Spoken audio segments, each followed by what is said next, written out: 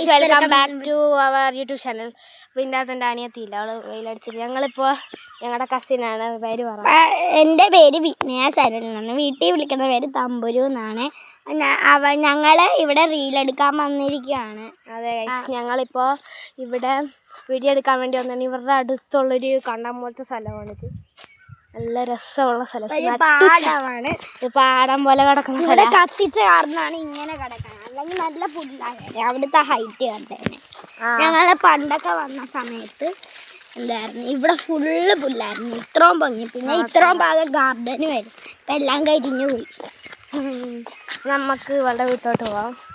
ആ ഗൈസ്, ഇപ്പം നമ്മൾ ഇവളുടെ വീട്ടിൻ്റെ മുമ്പിൽ വരുന്നുണ്ട്. ഇതാണ് വീട്, ഇതാണ് വീട്. ഇവിടെ അത് നിറച്ച് നക്ഷത്രപ്പൂവാണ് ഗൈസ്, ഇവിടെ നിറച്ചുണ്ട്. നല്ല രസമാണ്. ഇവിടെ കൂടി ഓടിയെടുക്കുന്നത് വേറെ എന്തോ. ഞങ്ങൾ ഇതിന് നല്ല ബ്ലറായിരിക്കും, ഇവിടെ നല്ല വെയിലാണ്.